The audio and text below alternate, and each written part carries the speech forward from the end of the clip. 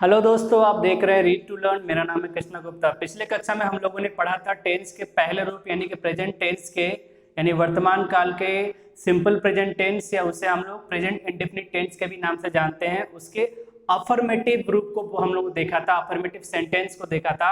Affirmative sentence का हिंदी होता है सकारात्मक वाक्य। आज हम लोग सीखेंगे उसके अगले भाग यानी कि नकारात्मक वाक्य, जिसे हम लोग इंग्लिश में जानते हैं नेगेटिव सेंटेंस के नाम से। नेगेटिव सेंटेंस बहुत ही ज़्यादा उपयोगी होती है। अगर किसी वाक्य में आपको न का इस्तेमाल करना है, नहीं का इस्तेमाल करना है, तो आप नेगेटिव सेंटेंस का इस्तेमाल कर सकते हैं प्रेजेंट टेंस में यानी कि सिंपल प्रेजेंट टेंस में। तो देखेंगे इसका जो हमारा रचना होता है, पहचानने का क्या तरीका होता है वो भी समझेंगे। तो हमारा नोट जो होता है, हमारा जो नोट है वो बहुत ही इंपॉर्टेंट है। नोट समझा जाता है क्योंकि नोट से बहुत ही चीज़ों को पता चलता है कि कैसे हम पहचानेंगे कि डू का इस्तेमाल कहाँ करना है और डज का इस्तेमाल कहाँ करना है। तो देखिएगा ध्यान से, जब subject I comma we comma you comma they या एक से अधिक नाम हो तो डू का प्रयोग करते हैं। डू का प्रयोग करते हैं,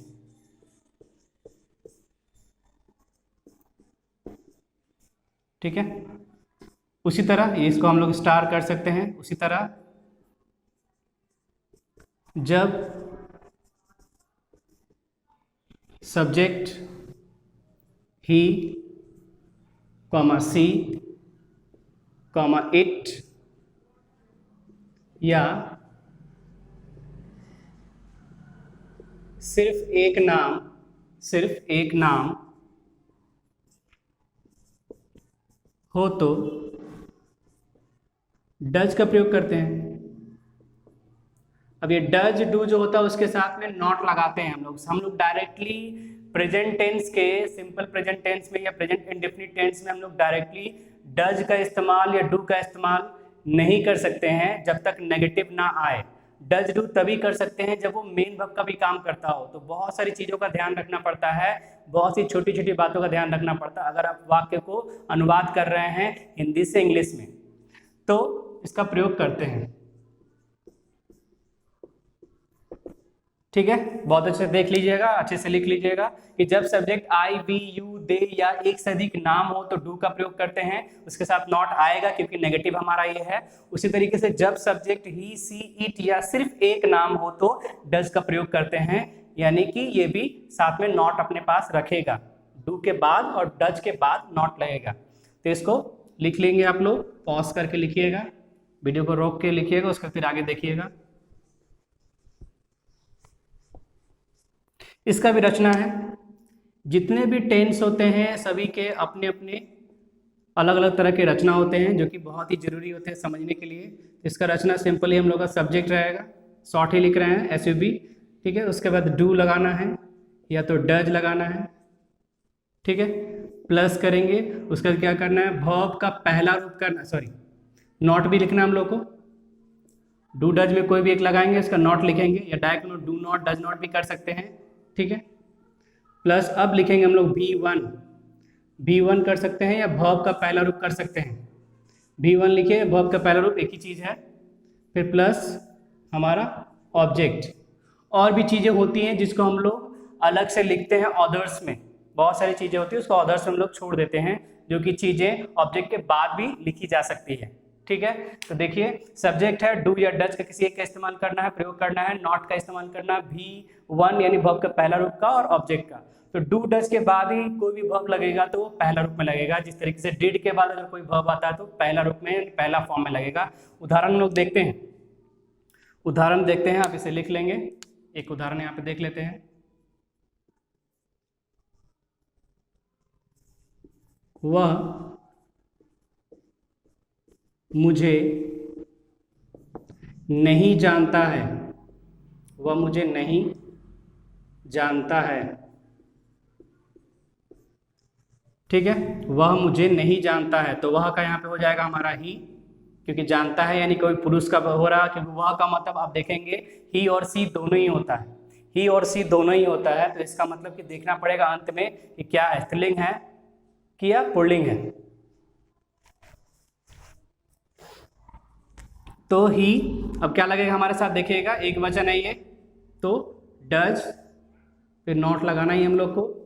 जानना क्या होता है, जानना का तनु आपको बहुत अच्छे से जानना पड़ेगा कि verb कैसे होता है। मैंने verb के बारे में बताया भी है, लेकिन पहचानने बताया। बहुत सारे verb को मैं लिखवा भी दूंगा, आपको वीडियो में डाल दूंगा, आप देखते रहिएगा।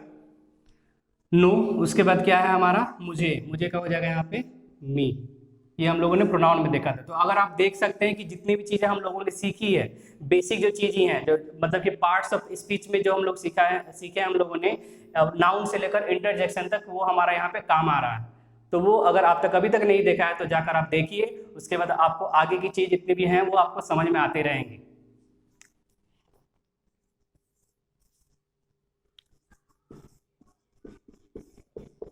वे लोग वहां नहीं जाते हैं, नहीं जाते हैं, ठीक है। तो क्या हो जाएगा, वे लोग का हो जाएगा दे। प्रोनाउन में भी क्या क्या होता है मैंने बताया आप लोगों को, दे। अब डू लगेगा क्योंकि एक से ज्यादा नाम हो रहा है, they do. Not, go, they do not गो। अब देखिए वहां के लिए यहाँ पे हम लोग का देयर है, they do not go there. इस तरह से हमारा एग्जाम्पल है। एक दो एग्जाम्पल और बता दे रहा हूँ नेगेटिव वाला में, तो देखेंगे अच्छे से मिलाकर।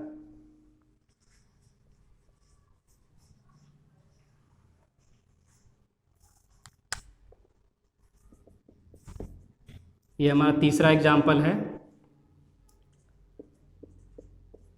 मेरी माँ मुझे नहीं डांटती हैं, डांटती हैं। रोटेट करके आप मोबाइल देखिएगा तो आपको अच्छे से बड़े बड़े दिखाई देंगे आपको ये सभी चीज़ें। मेरी माँ मुझे नहीं डांटती हैं, तो हो जाएगा मेरी माँ का माई मदर। बहुत सारे बच्चे क्या करते हैं, जो भी बच्चों को मैंने अभी तक पढ़ाया है, तो बहुत सारे उसमें से कुछ बच्चे जो होते हैं वो क्या करते हैं, माई और मदर को अलग अलग लिखते हैं। उनको लगता है कि माई अलग लिखना है और मदर अलग लिखना है, जबकि माई मदर जो है वो साथ में रखना है। मेरी माँ का वो इंग्लिश है, तो माई मदर, उसके बाद एक वचन है, मेरी माँ एक वचन है, तो हो जाएगा डज। उसके बाद नॉट हम लोग लगाएंगे। डांटना क्या होता है, डांटना का बहुत सारा वर्ड होता है, स्कॉल्ड लिखेंगे, मी लिखेंगे। डांटना का और भी होता है, एक रिब्यूक होता है, रिब्यूक, इसे छोटा कर दे रहे हैं आर को, ठीक है, क्योंकि कहीं भी हम लोग बड़ा अक्षर का प्रयोग नहीं कर सकते हैं जब तक कि वो किसी का नाम ना हो, या किसी चीज़ का वो पोएम का या पोएट का या किसी भी का नाम ना हो विशेष रूप से, तब तक उसका हम लोग पहला अक्षर जो बड़ा नहीं लिखेंगे, या तो शुरुआत में जब लिखेंगे तभी वो पहला अक्षर बड़ा होगा। तो ये भी छोटी छोटी बातें हम लोग को पता होना चाहिए। रिब्यूक हो सकता है, स्कॉल्ड हो सकता है, चाइल्ड हो सकता है, ठीक है। तो ये हमारा डांटने का हो सकता है। तो my mother does not scold me. एक और उदाहरण कर लेते हैं हम लोग,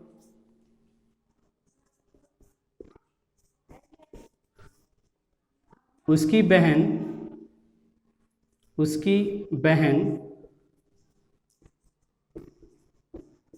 खाना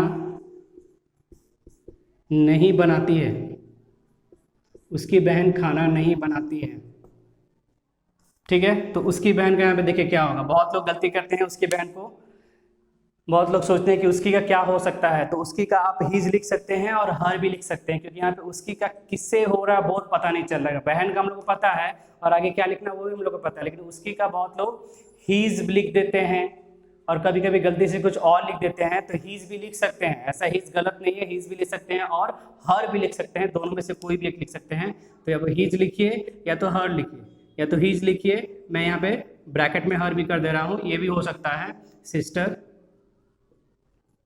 ठीक है। उसकी बहन या हर या हिज सिस्टर, ठीक है। डज एक वचन है उसीलिए, तो नॉट खाना बनाना का होता है कुक, बनाना का, और खाना का हो जाएगा फूड, फुल स्टॉप।